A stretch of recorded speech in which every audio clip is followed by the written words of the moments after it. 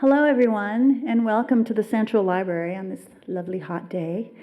My name is Diana Levo-Posner, and I'm the Principal Librarian for the Exploration and Creativity Department. And the Exploration and Creativity Department helps coordinate the LA Made team, the LA Made programs. And actually, right next to me is the lovely Miss Wendy Westgate, and she is the librarian who coordinates all these amazing programs. So I just want to give her a thank you, because it's a lot of work. So LA Made is a series of cultural programs funded by the National Endowment for the Humanities. Now, to introduce today's program, please welcome to the stage the esteemed author, journalist, and culinary historian, Richard Foss. Thank you.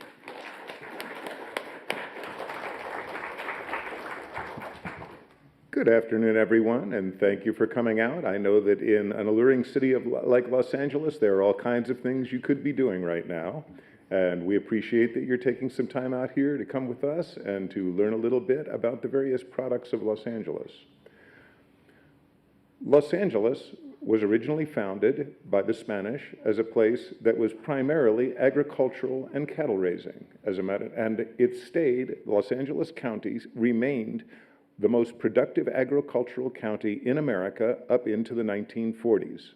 Even into the early 1950s, there were farms almost everywhere. I'm old enough to remember when, in my own neighborhood, I passed strawberry farms, fields of corn in places where there are now office buildings. Along with that history of agricultural production, we also had a great deal of food production in terms of preserved foods, canned foods, dried foods, etc. That may seem like something that no longer exists, but as you're going to find out today, it's still a living tradition, and we have two practitioners of that tradition along with us. Incidentally, I know that some of you are saying, wait a minute, aren't there supposed to be 4 people on this program? Well, yes, that was planned. One of them, Alex from La Española Products, called me about an hour and a half ago letting me know that his flight back to Los Angeles from a food show was canceled, and therefore his new one was not going to get him in until halfway through this program to Los Angeles. But we're going to have a fine event even without him. I'd like to welcome Christina Sleeper.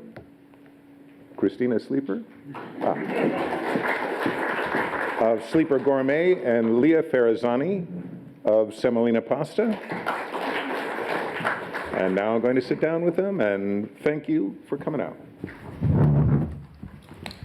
Leah and Christina, why don't you start out by telling people a little bit about your company and what you do, and sort of why you started. You're both being so polite that both of you want the other one to talk first. Right? Let's go by reverse alphabetical order. Does that make me or you? Okay, fine. I'll go first. Thank you so much, everyone, for coming in here today on a Sunday. I really appreciate it. I'm Christina Sleeper, and I am the founder of Sleeper's Gourmet. We started our company in 2008, right about the time that the recession was starting to crackle down on my husband and I's other businesses. And because we have both strong backgrounds in food and beverage and hospitality, we saw an opportunity, as we were seeing at that time, different things emerging, and we decided to bring a product that we'd been making for about 20 years at that time to the market. So I'm really happy to be here and talk with you a little bit about what I have. I make seasonings, jams, teas, salts, gift baskets, and I'll look forward to hearing more. My name is Leah Ferrazzani, and I am the owner of Semolina Artisanal Pasta. I launched my business back in October of 2014, manufacturing dried pasta following traditional Italian methods, and in the last 6 months or so have added some fresh pastas to that range that I sell to restaurants and then a little bit of retail out of my shop. I'm also very happy to be here, so thank you, and I appreciate you all coming out on a Sunday. Now, I presume that in a city like Los Angeles, even though you started what you were doing a while ago, there were other places that somebody could go to get dried pasta. There were other places someone could go to get various seasonings. Was it a case where each of you felt that you were bringing something to the market that nobody else was doing? Or was it a case of, hey, I don't see, there's some fine shading? Or is it just a case of, there's nobody in my neighborhood doing this and I want to be their neighborhood shop? Well, I can take that. There are about a half a dozen small dried pasta manufacturers in the country.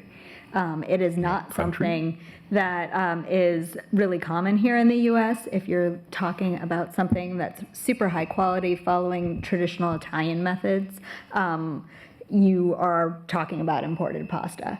And so the business actually sprang from the fact that I try to eat local and I try and eat organic whenever I can. And I had 2 little kids and could not make fresh pasta for fun like I did before I had 2 little kids.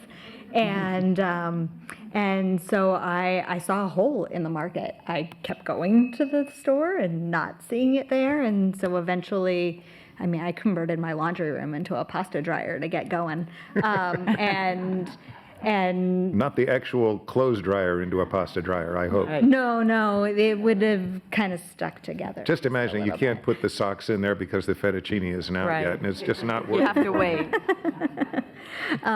But yeah, no, there really isn't currently a large industry making dried pasta, and there used to be. There were about a half a dozen small dried pasta factories in Los Angeles, at the turn of the century, but they are all gone. Well, I think my story is a little bit different because I started out with one seasoning. My husband and I started making this seasoning probably about 1990. And at that time, we were in a different kind of food renaissance where people were starting to look at gourmet foods differently. I personally had allergies, and I noticed that a lot of products that were sold online back then had MSG and things like that in them, especially seasonings. So we started making our own product, and just for fun, just so we had something to grill with and barbecue with. And we'd given it away for many years. And in 2008, when, as I say, the recession hit, it really impacted my family. And with opportunities very few and far between, we looked at something that we had done and given as gifts and tried to determine, could we make this a go in the market? And at that time, in late 2008, early 2009, it's kind of like we were surfing into this new artisanal food place that we're at now. And I didn't know at the time because I was, right there on the surfboard, but here we are 10 years later. Well, you bring up something that's very important there, which is a cultural shift in Los Angeles and in diners across the country toward actually paying attention to the quality of the things that they're cooking with. I think I'm safe in saying that a lot of people, when they go to the store, the first thing they look and what's cheapest. And maybe they have this idea of, well, we all know somebody who can ruin high-quality ingredients, and we also know somebody else who can take whatever weird things are in the refrigerator and make something fantastic. So there's that sense of people not knowing whether or not ingredients matter. How do you explain to people that ingredients matter and they also need yours? That's my favorite pitch. It's so important to explain to people because we're living in a place here in Los Angeles where everyone wants a premium product, but there's so much in our town with labels and marketing and presentation that a lot of times people aren't getting to what that real quality means. And so, like in my case, my recipe, which is my original recipe, I'm from Ohio. I started making my product with a Hungarian paprika. And when I wanted to bring it to market, I actually researched and worked on my recipe because I wanted to use California peppers. So it impacted the taste, and it had to be massaged. But for me, standing in California, where we are in like the biggest fruit and vegetable basket of the world, where we feed the entire world, I think it's so important and so legitimate to be speaking about the integrity and quality of the ingredients that we have here. So that's real important to me. Well, and I think for me, it's been really interesting because most people think of pasta as a commodity ingredient. Right. You know, they're used to walking into Trader Joe's and spending 99 cents on a bag of spaghetti, and it's passable. And they cook and make dinner, and nobody's the wiser. And I think the thing that people start to encounter as they either try some of the really great imported small batch pastas from Italy, or when they finally find mine, is that dried pasta can have flavor. Right. It actually isn't supposed to just be a sauce delivery system. It's supposed to taste like wheat. And the methods into how it's produced can completely obliterate all of those volatile or organic compounds that give, you know, flour its aroma. And so by taking that time, you create something that you don't need to do a lot to. Right. And I think that there's a lot of education for me with my product to get people to realize that pasta should actually taste like something. And seasonings aren't only salt. That's the thing that I really notice with people. I'll actually do side-by-side comparisons at many of my pop-ups, and people will be blown away with the fact that I'm talking to them and on their palate explaining the ingredients, and they're able to actually taste those come up in the seasoning because it's not the number one ingredient being salt. Leah, that makes me think particularly about, you know, if you're talking with someone who is trying to emphasize how poor they were as a student, they'll say, I lived on spaghetti 5 times a week. You know, so you have this idea of spaghetti as cheap food, as what you live on when you can't afford anything else. Given that you're selling a product that's mainly dried, how do you tell people the stuff in this bag that I just can't give you a taste of because who wants to really eat dry spaghetti is vastly different from this other stuff that looks exactly the same? How do you get that across? I mean, you're talking about the adventure of my life here. You know, if I still didn't have 2 little kids, I'd probably be on the street hawking it in every possible place where I can stand around and be like, have a sample, have a sample. I've done a lot of events, and I think that's won a number of people over where they've had the opportunity to try it and sample it, demoing at supermarkets. My product is in about 30 Whole Foods and little gourmet markets and natural food stores. So, you know, going and cooking up a batch at home and then bringing it to the market. And I usually just do a little bit of lemon and olive oil on it so people can really taste the pasta. And that tends to be sufficient. But if you stumble into my shop, that's not, you know, the way it is, because I'm too busy making the pasta to be cooking it for you to try. Right. And you got to take my word for it. And it is a challenge. So one of the things that I've been doing lately is I started making fresh pastas for restaurants, and having, you know, a number of those restaurants will put my name on the menu, and having that opportunity for people to see, like, oh, I go to Hippo and I have this bucatini dish and it's really, really amazing.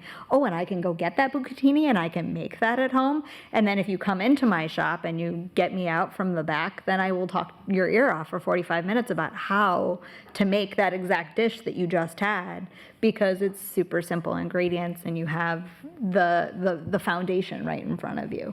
But it's a big, big challenge. And, you know, the media could probably help in serving to explain to people that, you know, I mean, Evan's written some beautiful pieces in the LA Times about, you know, what dried pasta can be. Right. But I still think people haven't quite experienced it. But can they make that at home? Because at a restaurant, the restaurants are often, have not only the professional skills, is there anything that makes it possible for a restaurant to do something that a homeowner can't? Can they really make it as good as it is at the restaurant? With pasta, absolutely. I mean, very simple. I think that, one of my favorite dishes, I mentioned the lemon juice, is pasta al limone, which is a traditional Amalfitano pasta where it's just lemon juice, pasta water, and salt.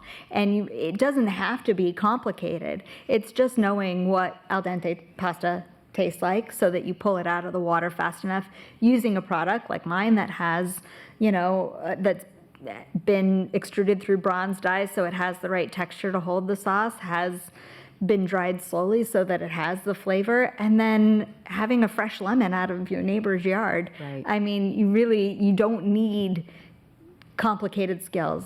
I think if anybody here has been to Italy, they've had that experience of Right. like going to this tiny little trattoria or, stumbling into somebody's house and having something simple and sublime. It doesn't have to be complicated, and you don't have to chef it up for it to be good. Because this brings up Chef it up. One of the things to note is that I know from some interviews that I've done with people in Italian restaurants about Italian restaurant history is that if you go back to about 30 years ago, there were a lot of Italian restaurants that were boasting that virtually everything they served was imported from Italy. And they made the idea of serving anything from California sound like, well, that's second rate and done by barbarians. So the idea, we've had this rise of foodie culture that has emphasized locality. I was wondering, I presume that in both of your cases, that's an advantage. Do you recommend the idea of locality? Do you sell the idea of it being local as part of your main pitch when talking to people? Personally, I don't, because I started my business online, direct to consumers. So I started with a website, not locally, which is interesting because it was at the time in 2008, 2009, there weren't a lot of websites where people would buy food, and it was a hard sell. But I grew my mailing list and have grown my following that way, and only in the last couple years started moving into retail and wholesale sales. So I really don't talk the local talk. I talk the California talk because I know my farmers. I know my ingredients. I know my varietals that I use in my different jams or whatever product that we're making. And for me, it's important that the primary source of my ingredients and recipes are California, not just local. And I would say yes, emphatically yes. The really interesting thing, one of the first things that I learned when I was even contemplating starting this business was that we export about half the durum wheat that we grow in the U.S. to Italy for them to make into pasta to sell send back back to to us. us. So once I learned that, it was pretty clear that like talking about what we have here and doing what we, something great with what we have here was really hypercritical to getting people to understand why I was even trying to do this crazy thing. We actually have a really decent amount of farmers in California that grow durum wheat. Barilla buys all of it before it gets milled, and I can't get my hands on any of it. So go figure. So most of my wheat comes from North Dakota and Montana, which in the grand scheme of things is relatively local. Right. I have never heard the word North Dakota and local used before in this context, but I guess there was a first time. There was, that yes, relative but bridge, that was a good one. relatively, but that there's somebody in your backyard making and drying pasta, I think is about as close as you can get. Wanted to ask also is whether over the course of making your products, whether you've changed any of them or whether you've started making new products because of some local demand, because of some customer who says, well, wait, there's this kind of pasta that I want to make, and do you make this particular shape of pasta or this particular style or this particular wheat blend? And in your case, if there are any of the jams that you've made because, okay, I'm going to make this up. We have a Romanian community, and Romanians love this type of berry jam, so I'm going to make it for them. Is that relevant to either of you? Well, I mean, my entire fresh pasta line was initiated by a chef. So a friend of mine who has a fantastic restaurant and knows all of the hard work that goes into my dried pastas wanted specific things for his restaurant and knows the labor that goes into it. And he said, I don't understand why I should buy a $30,000 extruder and hire a guy to run that machine when I've got you down the street and I can say, can you make this? and I can support your business and you can support my business, and the only thing that you do and the only thing you care about is pasta. And the guy that he trains on the line is going to have to do 3 other things. And so I think that having listened to that and kind of evolved in that way. The dried pastas, I've developed things for chefs before. It tends to be a little bit more problematic because I have to make about 300 pounds of pasta at a go, and usually I ruin the first 2 or 3 in the dryer. So the learning curve is quite expensive and time consuming. It takes 20 hours to dry a batch. And so So you don't have a little countertop version you can experiment with. It's 300 pounds or nothing? Well, I mean, I could extrude far smaller amounts, but I can't dry smaller amounts. I have to fill the pasta dryer, and the pasta dryer takes 50 racks of pasta. Wow. So, yeah, so it makes it much harder to develop new shapes, and I tend to be a little bit more hesitant to push on that end unless I know that there's going to be a full market for it. I have to ask what traditional Italian grandmas do who don't have the 300-pound pasta dryer. They don't really dry their pasta. Oh, they just make it fresh, right? Got it. Yeah, they make it fresh. They'll dry it for a couple of days. But, the other half of it is if you're in Gragnano in Italy, where they did traditionally dry pasta out in the street, it's about 85% humidity naturally. And it's going to dry very slowly with the beautiful breeze off the Bay of Naples, as opposed to Los Angeles, Right. where, the Santa Anas are blowing and the relative humidity is about 22%. And that's before you get to the vehicle exhaust, which has Exactly. delicate aroma all of its own. Yes. Exactly. Got it. How about you, Eddie? Well, I actually have in my jam and marmalade line, I was in Europe, I spent some time there, and I personally love marmalades, but I have found that most Californians and Americans really are not fans of marmalade.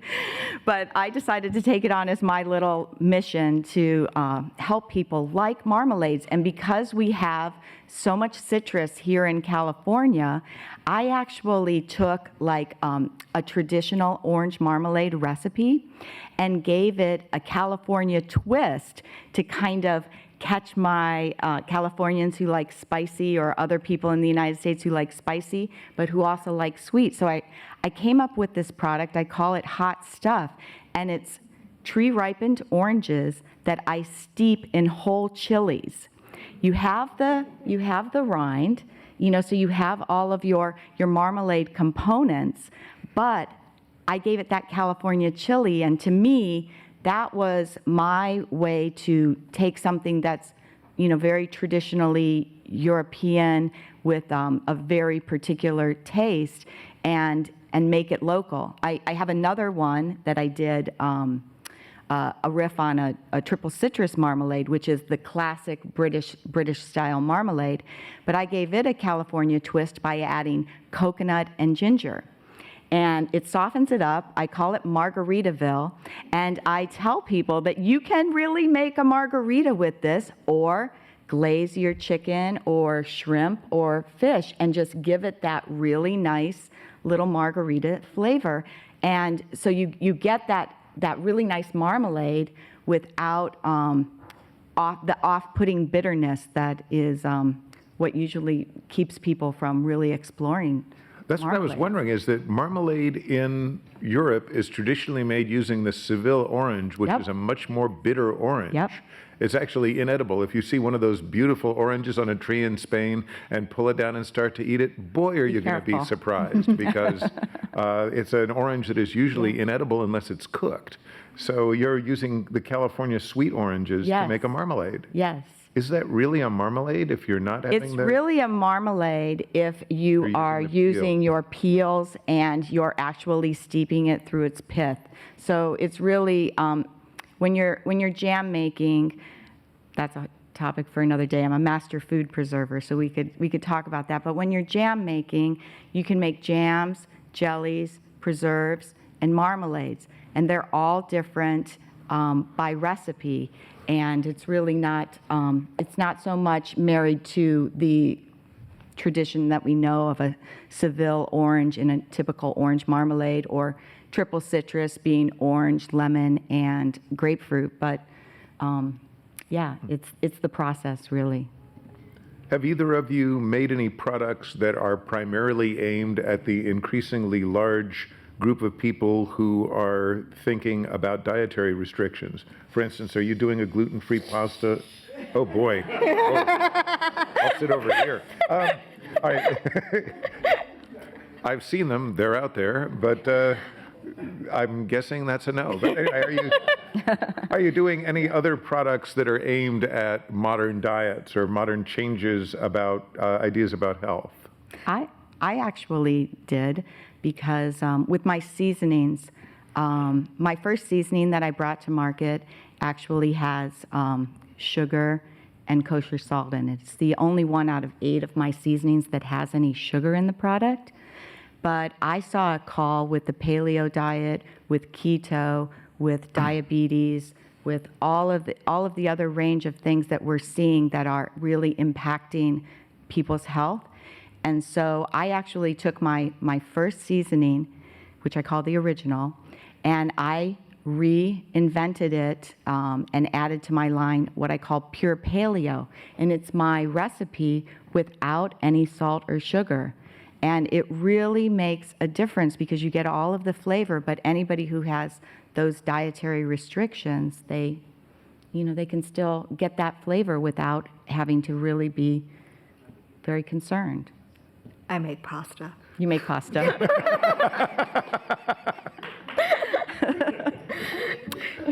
No intention to branch out toward anything else? No,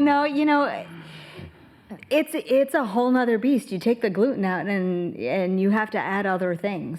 And so one of the beauties I think right now in my shop is I have a bunch of kids with not gluten allergies, but they have dairy allergies and nut allergies and egg allergies, and I don't use any of those things in my pasta. And so I have a whole clientele that I can appeal to in that way. But as soon as I start trying to work with alternative flours and start working with, particularly for gluten-free, you have to start adding starches and other things where the provenance is less known, and then I will lose that other group by catering to this other group, and so I just make pasta. Okay.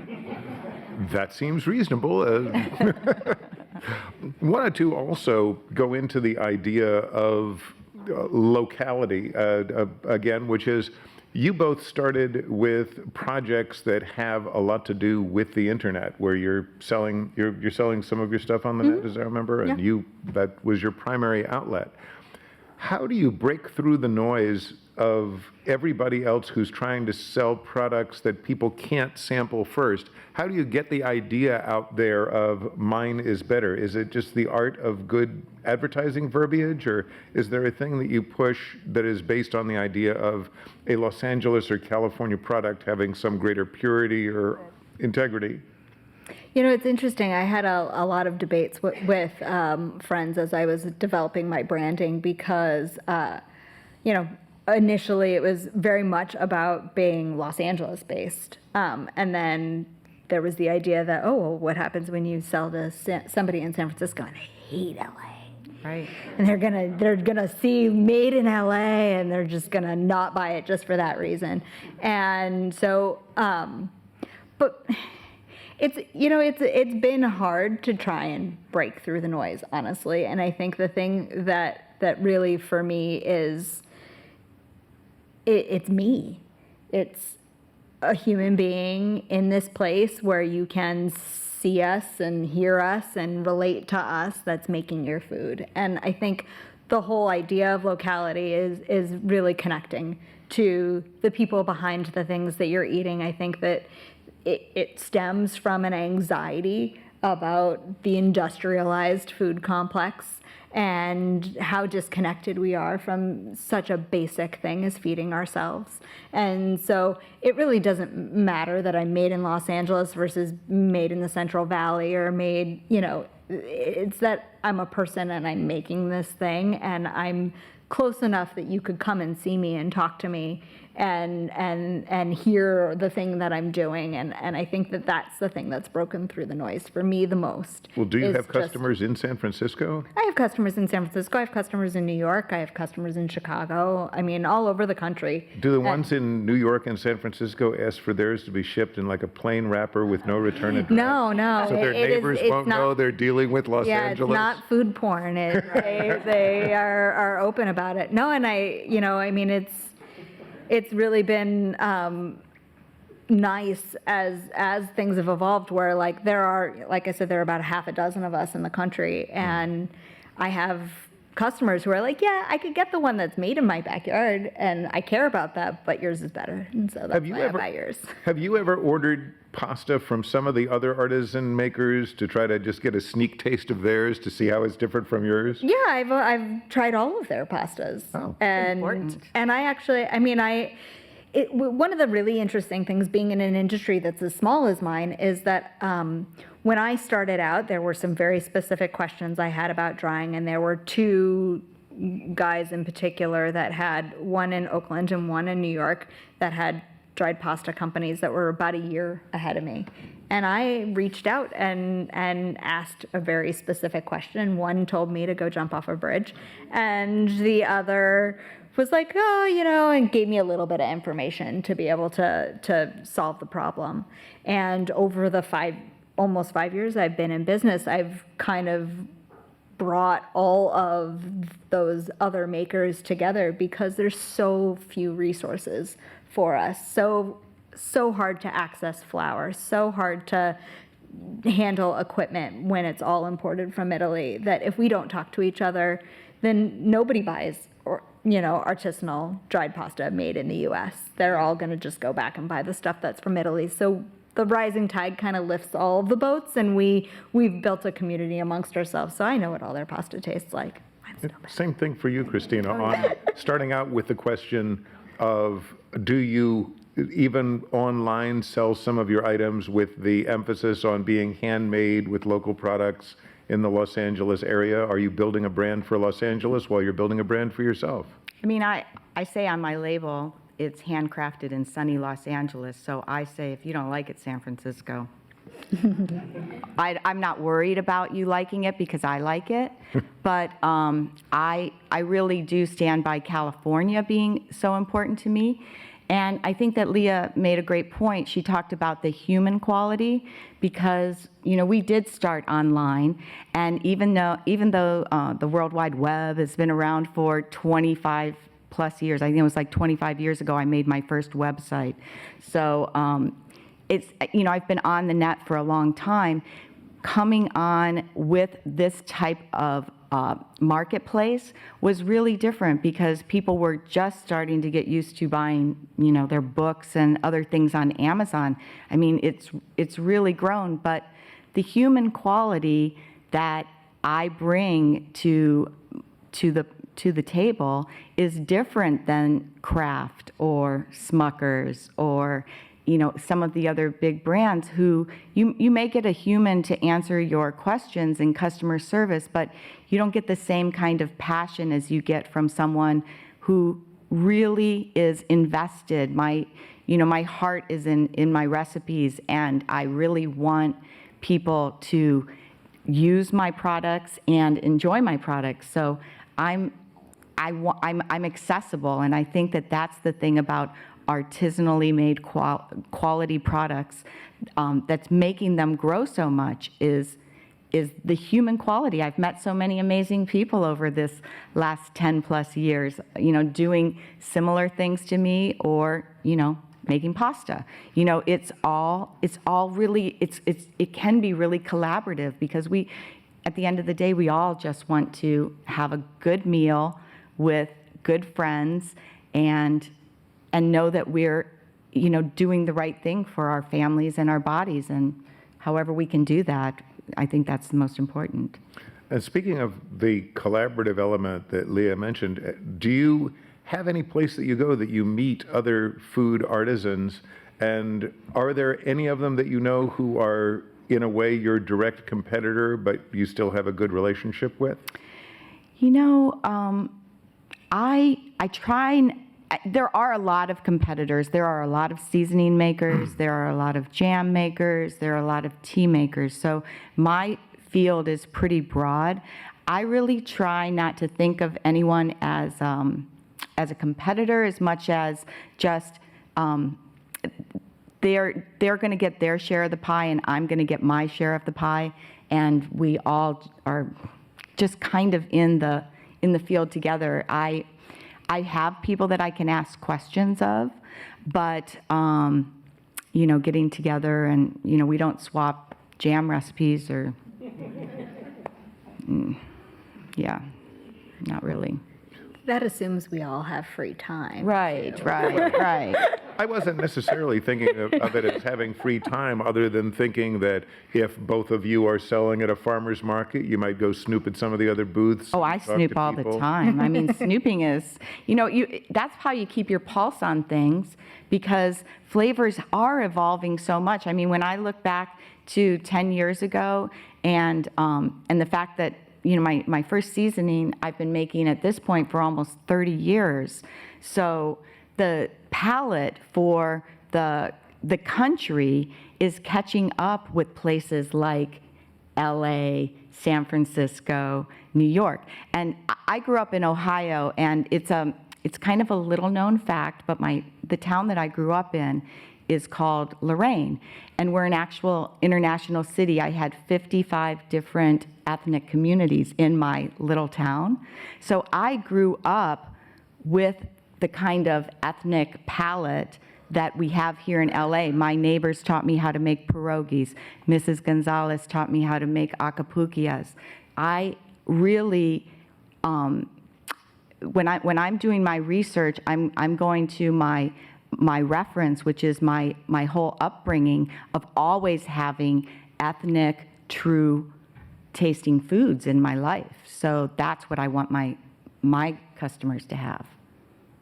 One of the things that occurs to me is that Leah's products, for the most part, have 3 ingredients: flour, water, and salt. Salt. What? Flour and water. Flour and water. So you've got a 2-ingredient thing. So the fact that Los Angeles has all of these produce markets and all of these other things isn't really relevant to your business, but I'd imagine that it is to yours, so that if you want to get you want to get gooseberries, you want to get something else that is not what you're going to find in your regular stores, somebody in Los Angeles has them? Well, if they don't have them in Los Angeles, I'm not afraid to drive to Fresno, where, so many of the people who come to Los Angeles come from. So, we could just talk for the rest of the afternoon about peaches.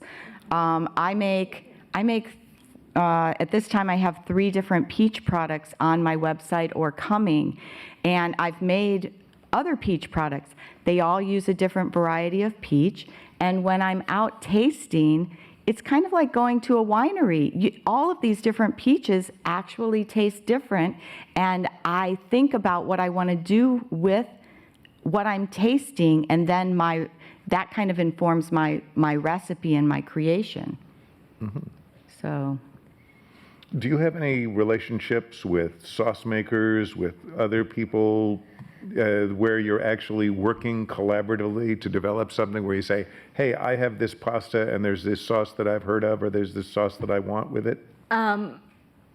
Not so much. I mean, I talk a lot to the farmers at the local farmers markets because I think it's a huge way that we all cook here in LA. And so, when you come into my shop or you order a bag of pasta online, I usually send you a recipe card. So I'm trying to develop recipes that are using seasonal ingredients all of the time. I have a fantasy about adding an additional product. Alex Weiser grows these amazing Calabrian chilies, and right now you can only get Calabrian chilies that are packed in oil imported from Italy, and so I have a dream of adding that to my repertoire. For those who Seeing aren't that the familiar buttons with don't eat them Weiser first. Farms, Weiser Farms is up in Tehachapi and apparently has, they grow just about every weird vegetable in the world up there, plus heirloom wheat, and it's something where you get the sense of these people are more excited about growing vegetables and grains than anybody else in America. And I've talked to Alex about growing durum to be able to try and get things. The hardest part for me is the milling.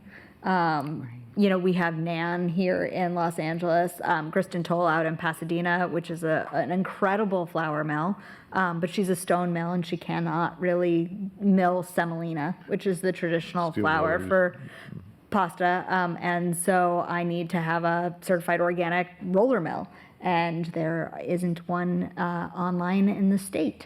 So it makes it harder for me to collaborate with any of the farmers that I would like to, because we do have a lot of people working really hard to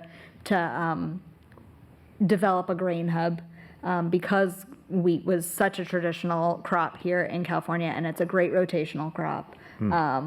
But being able to process it is really problematic. I should mention that just to give them the free ad, for those not familiar with Grist and Toll in Pasadena, it is a flour mill, and if you have ever made anything with wheat flour that was ground within a day or so, and then you make it using the tired old wheat flour that is probably in your cupboard or that has been sitting on a shelf at a store for 6 or 8 months, it's an unbelievable difference. Yeah.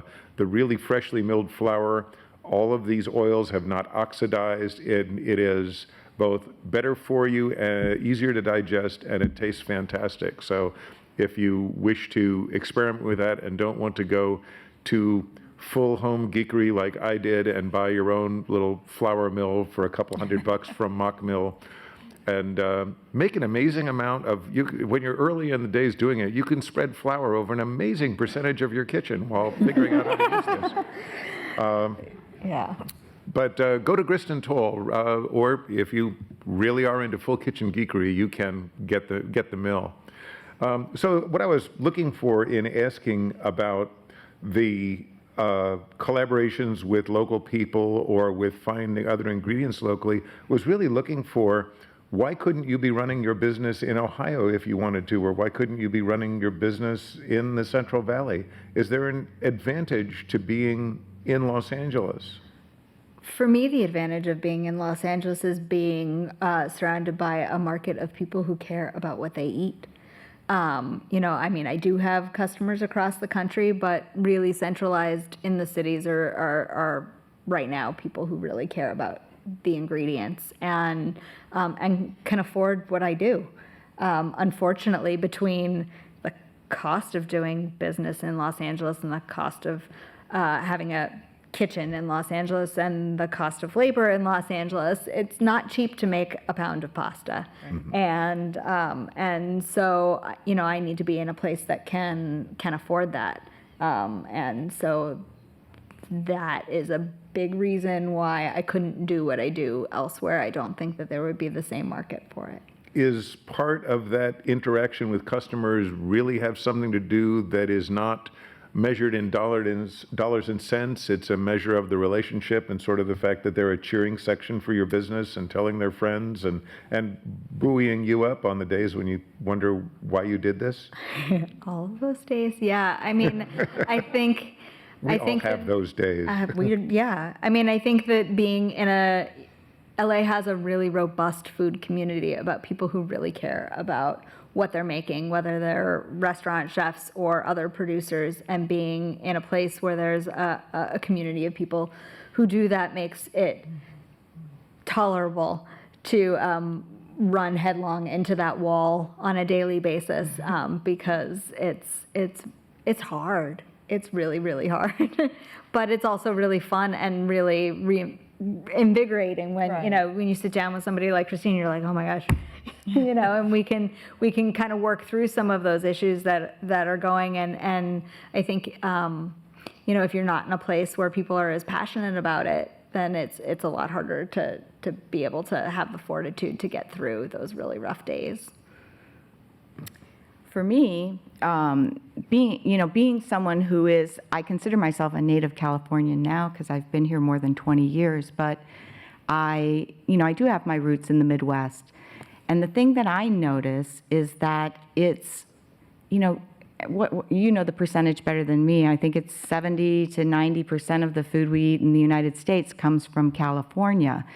If you're a jam maker making peach jam in New York City, like say someone like Sarah Beth's or something like that, you're probably using frozen peaches.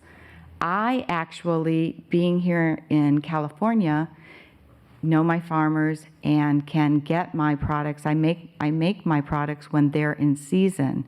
So if I run out of peach jam, you have to wait until peaches come back in season because I'm not actually buying a frozen processed peach. And that makes a big difference in why my products cost what they do compared to something that you might see on the shelf of Bristol Farms or Whole Foods or something like that.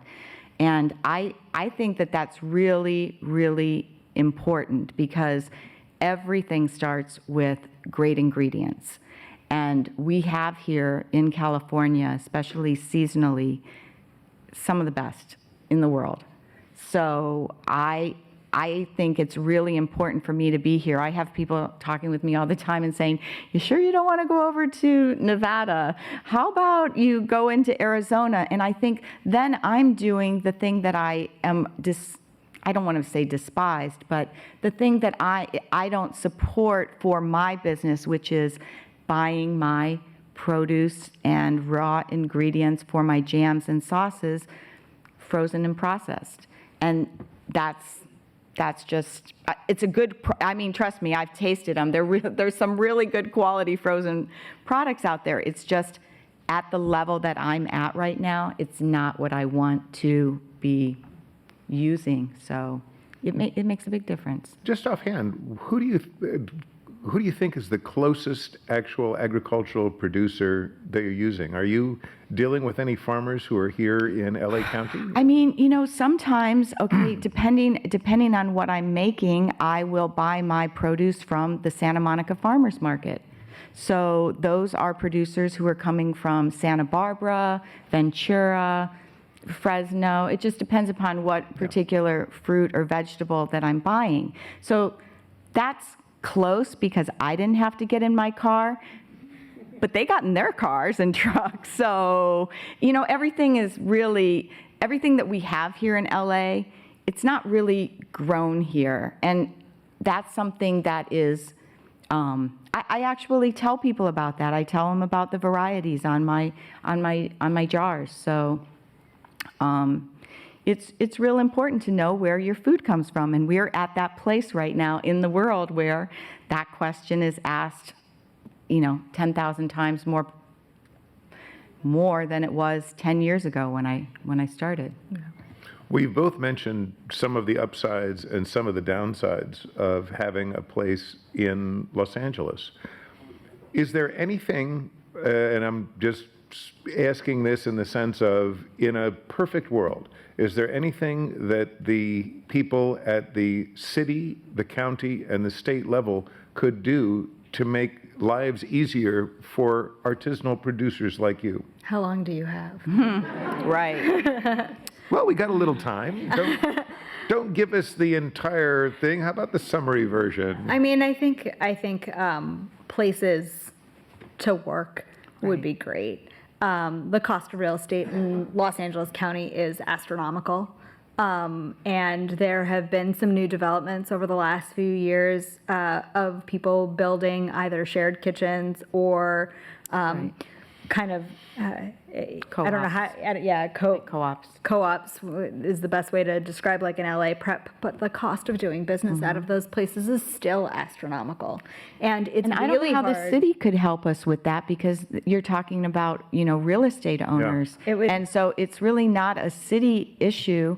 I think that the city, if I just want to say something good about what the city did, and it doesn't really impact my business, although sometimes on a slow day, I think, hey, I should go out there and do that too. But the fact that we can now sell on any street corner food, I think that when our city instituted that and made it so much easier for people to be vending food on the street, that is a great thing. And I'm hoping that, the majority of the people who are vending are following safe practices and, there's no issues with, foodborne illnesses. But I think that that is an excellent thing, because it gives more people into the field that we're in. Yeah, and I do think that cities can help with the cost of production facilities, because whether they have vacant lots that they can work with developers to, there are ways that they could collaborate to do something that was a little bit more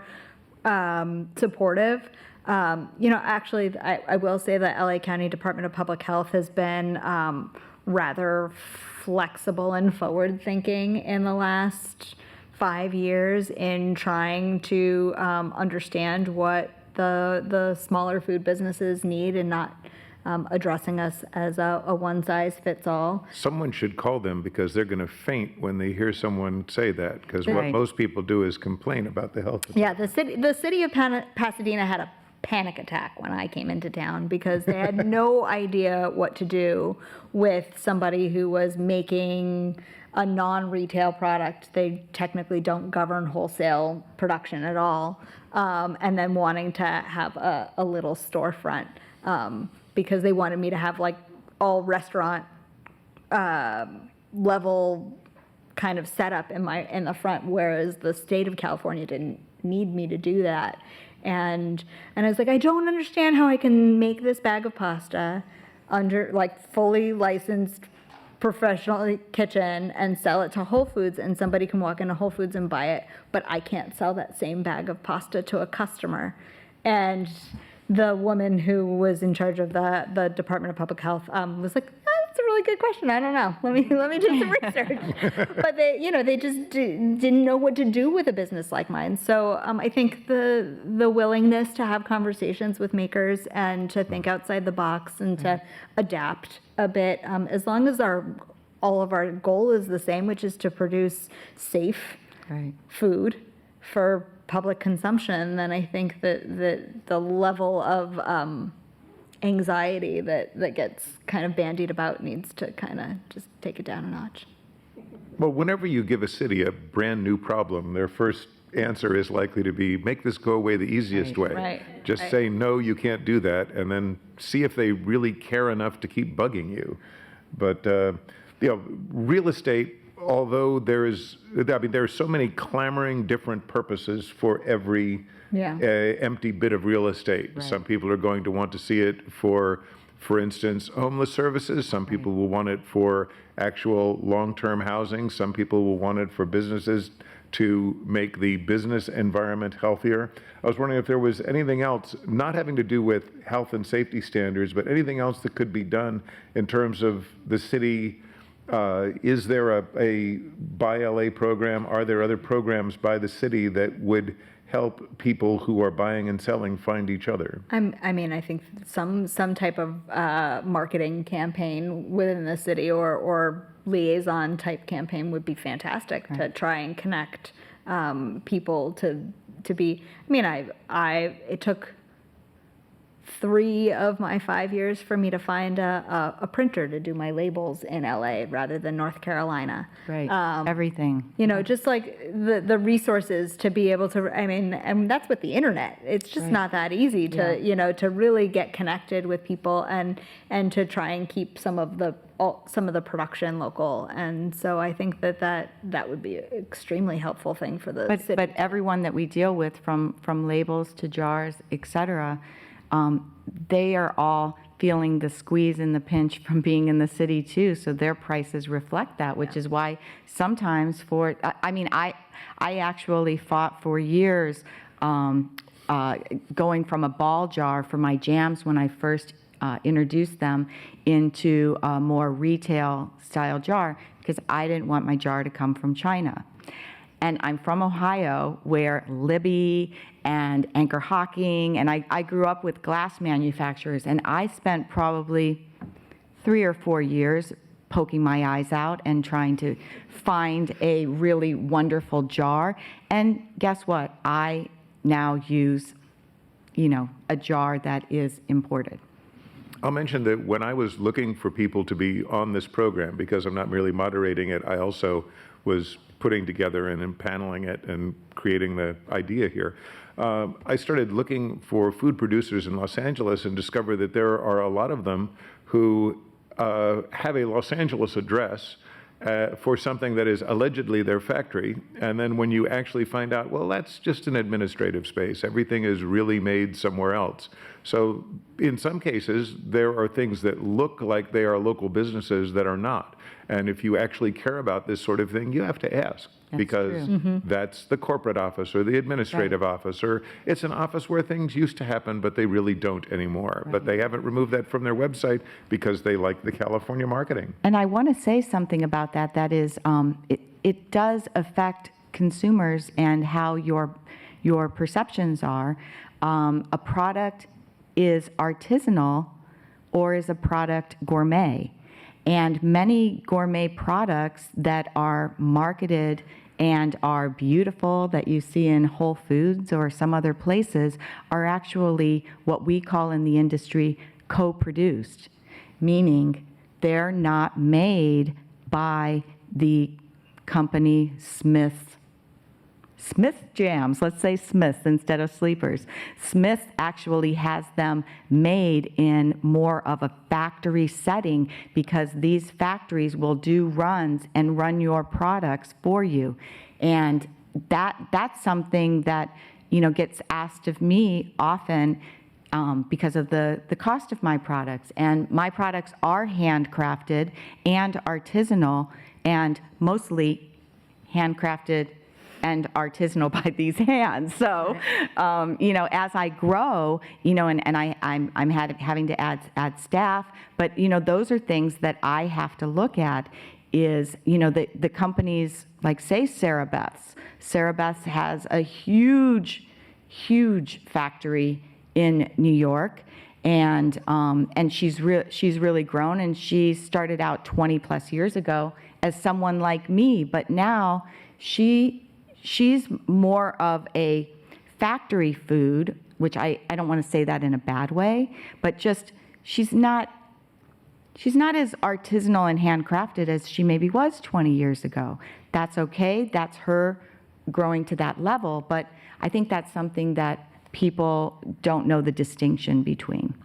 One of the things that I'll mention, and I drive around the state of California a great deal, and I've dropped by places that are these sort of tourist farmers markets in various areas, and in a period of 2 weeks, I stopped by one that is out in San Bernardino County, another that is on Highway 10 in the middle of East Nowhere in a farming community, and another that was in far northern California, and discovered that they had the precise same products with different labels with their house label. Yep. And some of these things you could have gotten a pretty good idea of how local they were by the fact that you're looking at this stuff that contains coconut and pecans in San Bernardino and thinking, really, local coconut. Yeah, got that.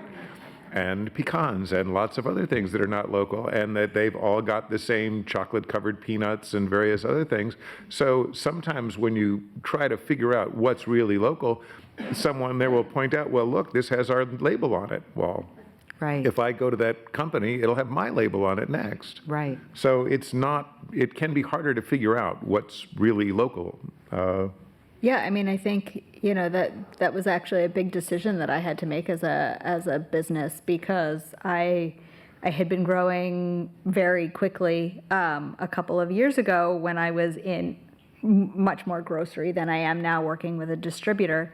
And really the only way that you can make money working with a distributor is to sell more stuff. Right. And the only way you can really sell more stuff is to make more stuff. And the only way that I could do any of that was to expand the business. And as a manufacturer, that's a very expensive proposition when your equipment costs between $25,000 and $50,000 per piece. And the thing that you always get pushed into is like, well, why don't you just go use a co-packer and have them make the pasta, and you just be the face of the brand. And that was a really hard thing for me to even fathom, because I wanted to be the one making the pasta, and I have help now making the pasta, but I still see every batch that comes in and out of the shop. And it changes, because once you turn it over, you also don't have the same say on how things are produced when it goes to a co-packer. So all of the things that make my product special then go away. And it's really interesting when you walk through a store and you look at the shelves, and having been in the business for a while, you're like, okay, there's no way they're making that. There's no way they're making that. It's just impossible.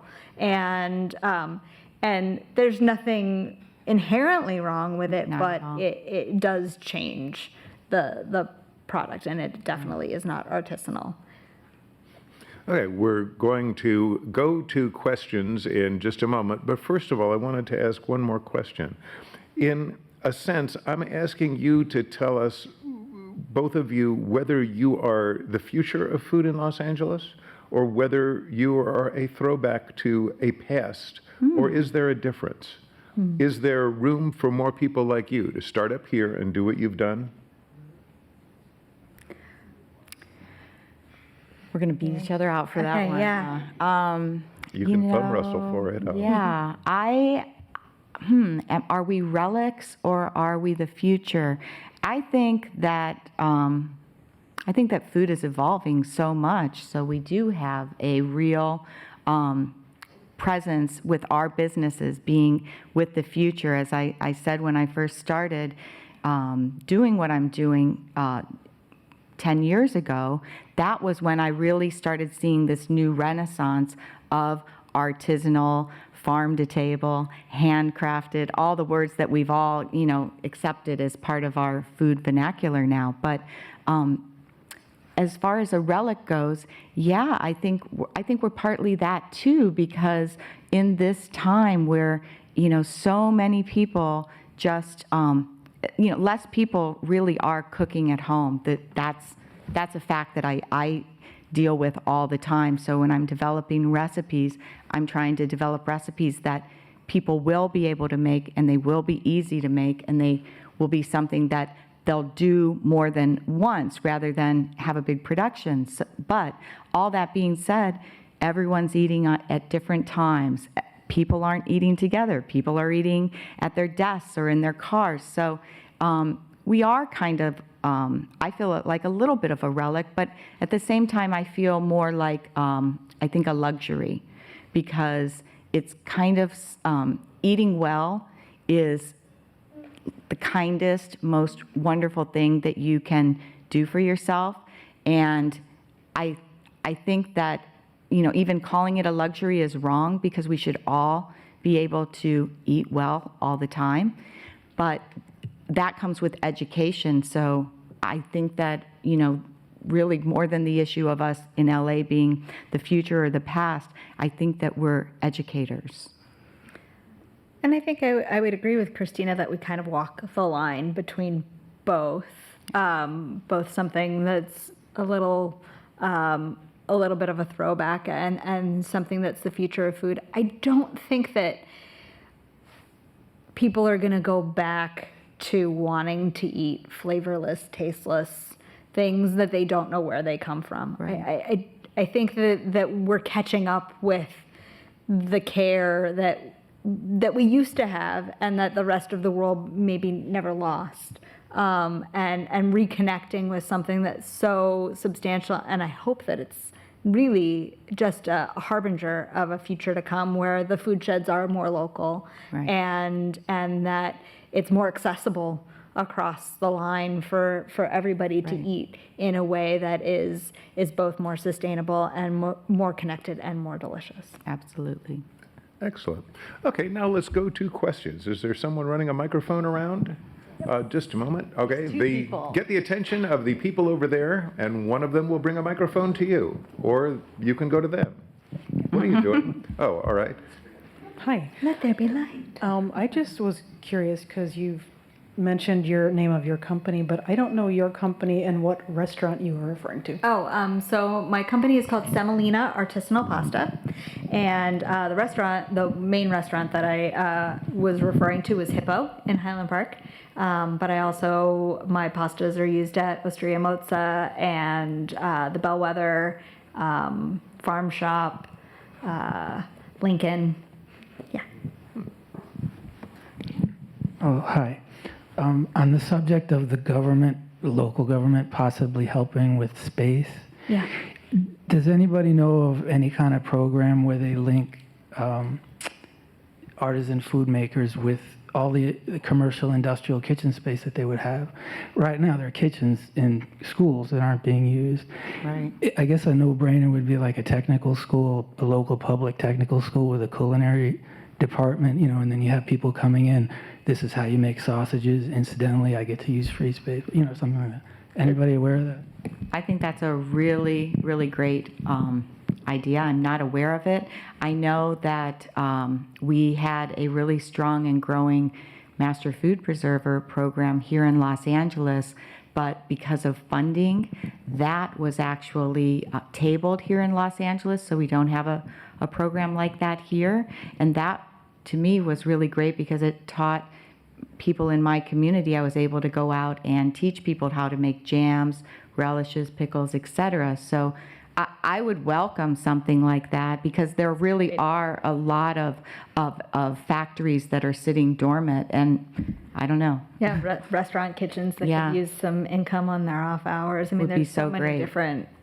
It's a great idea. I can say that I know it has been done in some areas. For instance, down in the area near San Pedro and Wilmington, Harbor College has a very active culinary program, and the culinary program at Harbor College did have something where they were matching up individuals with spaces or in other ways trying to take advantage of the fact that that area had a lot of vacant restaurant or suitable kitchen space. That was a couple of years ago, and I don't know whether it's still happening, but I know at least the project has been considered with regard to at a neighborhood level. I don't know whether it's being done at any greater Los Angeles level, and if there's someone here who talks regularly to their members of the Board of Supervisors, you might mention that. Do we have another question? We have these hardworking library people scurrying around to help you. This is kind of a comment and a question, but I met Elisa Callow, who mentioned your products in her cookbook, and she brought me as a gift a 4-pound bag of your pasta. And I am not a pasta maker generally. I don't feel real confident, but I got a recipe off your website, followed the directions exactly. It was fantastic. I served it at a party, so that was good. I was curious if you mentioned the olive oil and lemon and the simpler. Is there an olive oil you particularly like? So I predominantly use California Olive Ranch's everyday olive oil. I as a person doing something very Italian in California, I try and use California grown products whenever I can when I'm preparing my food. I know that this most recent harvest, started diversifying, and they're not all California grown olives this The olive year. oil mafia. It's real. I like Nuvo, which you can find at a number of farmers markets. Their everyday blend is nice, and then Beyond the Olive, her Arroyo Seco blend is really lovely as well, and that's all from Northern California. It's incidentally. She's you not mentioned- there anymore, but she sells online. Incidentally, you mentioned a book. You mentioned an author. Ms. Callow wrote a book called The Urban Forager, and I would let you know, I was actually misled by the title. I thought this had something to do with going into your neighbors' gardens while they weren't looking and stealing everything edible. But it turned out to be something else entirely. It's about finding the building blocks of a great meal in an urban space. So it's not really what it at first looks like. You will not learn more about what's in your neighbor's garden that's edible that they don't know that yet. I'm pretty sure Lisa does that too, though. Can we not out her here and now? I mean, please. That she mentions is fantastic. and I've Yes. had many of them, and one of the ones she talks about. Thank you. She's a wonderful person. All of the above. All right, next on the microphone, and I see another hand over here. Thank you very much. This has been very interesting. I have questions for both of the ladies. It was mentioned at the beginning of the program that you make pasta in the traditional Italian way. Just what is the traditional Italian way? Sure. There are a couple of different factors. The first is that all of my pastas are extruded through bronze dies. So if you think of my pasta machine as a giant Play-Doh fun factory, the discs are all made out of bronze as opposed to Teflon, which is what most commercial pasta companies use these days. The result of a Teflon extruded pasta is something that's very slick and yellow, and that when you cook it, the sauce slides off into a sad little puddle in the bottom of your bowl. Using the bronze gives a really nice rough exterior surface, and so all of your sauce sticks to your pasta, and it's much more porous. The second is that I don't cut with any finer grinds of flour. If you look on the ingredients of most of your cheaper pastas, you will find that they are semolina, durum flour, or sometimes they'll call it extra fancy durum. The finer the grind, the mushier the final product. So they may all be made from durum wheat, but semolina is a very specific milled product that takes all of the bran and all of the germ and removes it and then mills it into a very consistent grind that's almost the texture of fine cornmeal. And that really gives the density and tooth to the product. So I don't cut with any finer grinds of flour. And then the last thing is that I dry all of the pastas very slowly and at low temperatures. My drying process takes about 20 hours. The temperature never really exceeds it shouldn't exceed 110 degrees. And that allows all of the moisture to come out of the core of the pasta very slowly, but not toast the grains and change all of the flavor profiles or eliminate them entirely. And your ingredients are just the flour and water. Yeah. Oh, very interesting. And I have questions about the jam too. I'm also from the Midwest, and I grew up watching my mother and my aunt can everything. You know, they made jams and relishes and that type of thing. And I just wondered, how are your jams processed? Is it through heat or? You know, how is it done? Or They're all water bath canned. uh-huh. Okay. So that is a heat, but it's not a pressure cooker Uh-huh. environment. With most low acid fruits, you don't really need to worry about the processing with pressure canning. So it's a traditional water bath canning style, huge canning. Do you extract the water out of the fruit? No, no, I don't. Because I wonder how you make it thick. Do you use pectin or? I use pectin. Yeah. I use natural pectin. I mean, my products are basically fruit, sugar, and pectin. Sometimes, depending on what fruit I'm using, lemon. If it's one of my products that is maybe a little bit more exotic, there might be some spice. But I cook my jams pretty quickly too, where a traditional home canner might cook their fruit down a lot. And by cooking the fruit down, you change the whole structure of the fruit. And you also, I don't want to say you lose the taste of the fruit, but you lose a fresh quality taste of the fruit. It actually becomes more like a stew or just very saucy. And one of the things that I pride myself on is the fact that my products really taste fresh. That's what people tell me when they taste my strawberry jam. They think it tastes like strawberries. It doesn't taste like a strawberry sauce. Thank you very much, You're welcome. both of you. And the moderator's been great, too. No, Thank you. I was just going to mention there's actually a farm past Pomona, 123 farm, that primarily they do lavender, but they have olive trees and they do their own olive oil. That's all. I'll have to check it out. Thank you. This farm is where? Cherry Valley. There are still some farms in relatively isolated areas out near Ontario. There are some farms that are, you have farm spaces in Simi Valley. There's still some working commercial farms within Los Angeles City, and certainly there are some within Los Angeles County.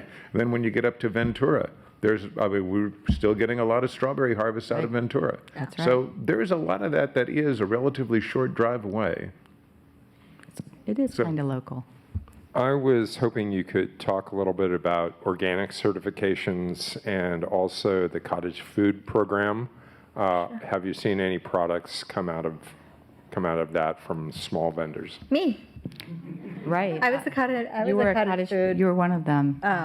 Go ahead and. So I started. I originally converted my laundry room into a pasta dryer and would ship my kids off to daycare and make pasta and then close the dryer and then do dishes and go pick my kids up. It's a really fantastic program. I think it's a great way to try and figure out whether or not you have a viable product. Would you give a very brief description of that program for those who don't know? So it's there are a limited number of products that you're able to make. They're usually lower risk products, Right. And there are two types. There's a cottage A and a cottage B. A cottage A license, I think, only allows you to sell direct to consumer, whereas you are able to wholesale product with a cottage B license. I don't know whether or not the inspections are really any more rigorous for one or the other. They came into my kitchen and made sure I had sanitizer under my sink and made sure I had no roaches in my pantry. That was really the extent of the inspection process. But it's a really great program and it's relatively easy to navigate. Labeling, I think, is probably the most complicated part to make sure that you hit all of the points that they want you to have on your Right. labels.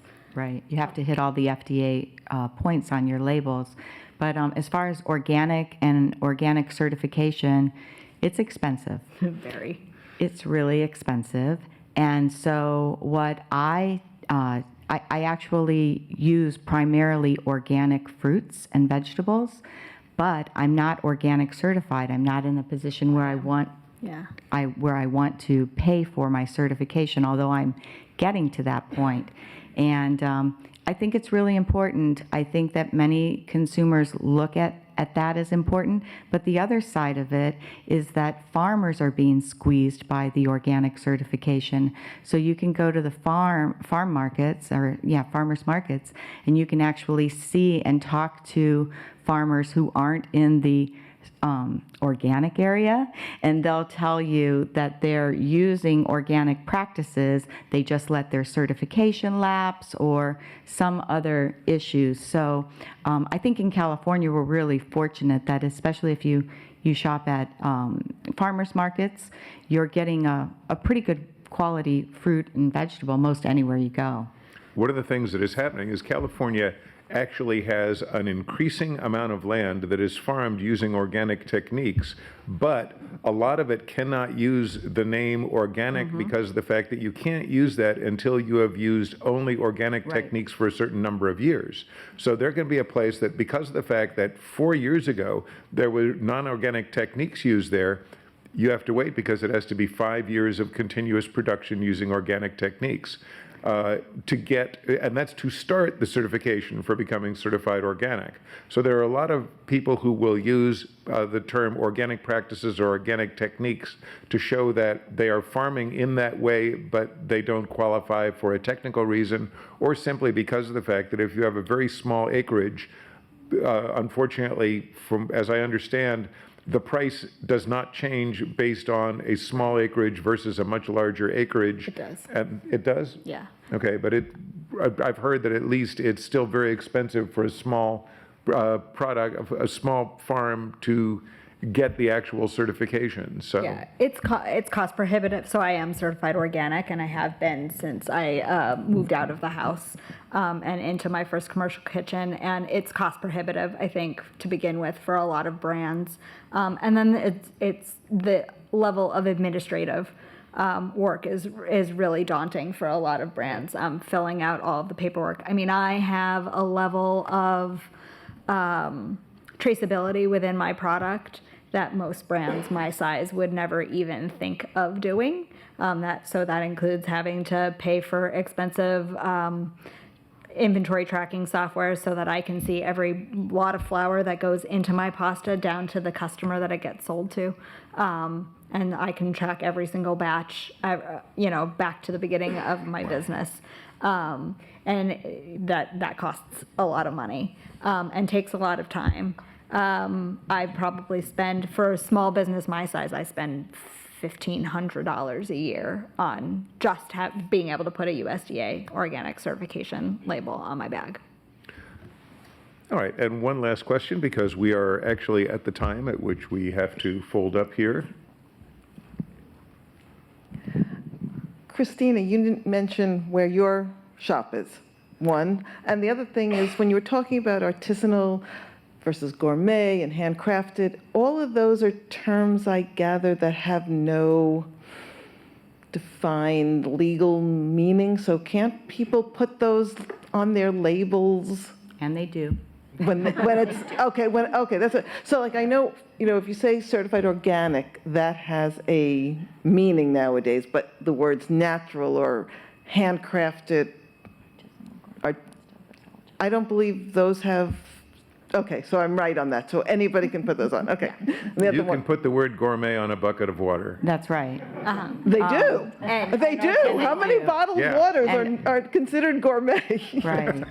So I think I'm understanding your question. The other question was, where are you located? Oh, okay. So the first question, where am I located? I make all of my products in West Los Angeles. So I'm located on the west side, and we use a commercial facility on the west side. But you have a place, a retail? No, I do not. So you don't have a retail I sell online, and then I sell wholesale to restaurants and different caterers and retail stores. So, and that is the start of my business. I focused, as I said, initially and primarily on growing my mailing list and growing my customer base targeted directly to the consumer. But in the last couple years, we've actually started moving slowly into more of a retail environment. Can I just ask one other quick? Okay. So the other thing is, while it's great, having products like that, in reality, the average person has to buy mass-produced food because they wouldn't be able to afford it. Oh my gosh, that's so true. I mean, mass-produced food is just so much cheaper. So how do we, and many times, the cheaper it is, the more unhealthy it is. Our very processed foods are very unhealthy. How do we get to a point where we can balance them again I mean, I'm one of those people who Do we cooks all want the to say time. education in three-part harmony here? Yes, education, and I want to talk about that too, because I really do think it's perception, which is also education, because so many of us here in the United States have been duped by believing that it's cheaper to buy cheaper foods, and it's cheaper to eat at fast food restaurants, and it's easier to have carry out and takeout. But I try to educate my customers and people who buy my products with, look, you're going to spend this price. My jams are $12 a jar.